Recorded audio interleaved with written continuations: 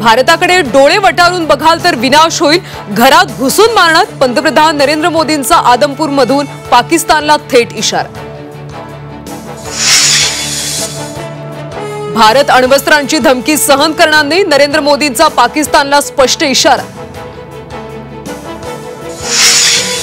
महाराष्ट्र भाजपमध्ये संघटनात्मक फेरबदल, 58 नव्या जिल्हाध्यक्षांची नावे जाहीर, मंडळ तालुकाध्यक्षांच्या नावावर सुद्धा शिक्कामोर्तब, तर काही जिल्हाध्यक्षांच्या नावावर सहमती नाही।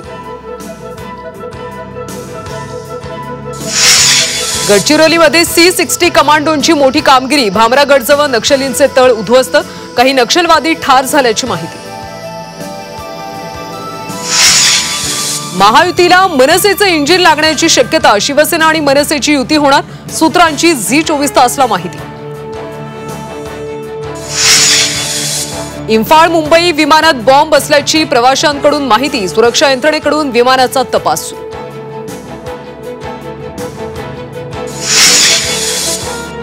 शेतकऱ्यांना FRP न देणाऱ्या 37 साखर कारखान्यांना नोटीस, साखर आयुक्तांनी बजावली नोटीस, 15 दिवसाच्या आत पैसे द्यावे लागणार, राजू शेट्टींची माहिती। सोनं 3000 रुपयांनी स्वस्त, सोन्याचे दर प्रतितोळा 96,614 रुपयांवर। पुण्यात पावसाचा जोरदार तडाखा, पावसामुळे रस्त्यावर पाणीच पाणी, शेतीचं मोठं नुकसान।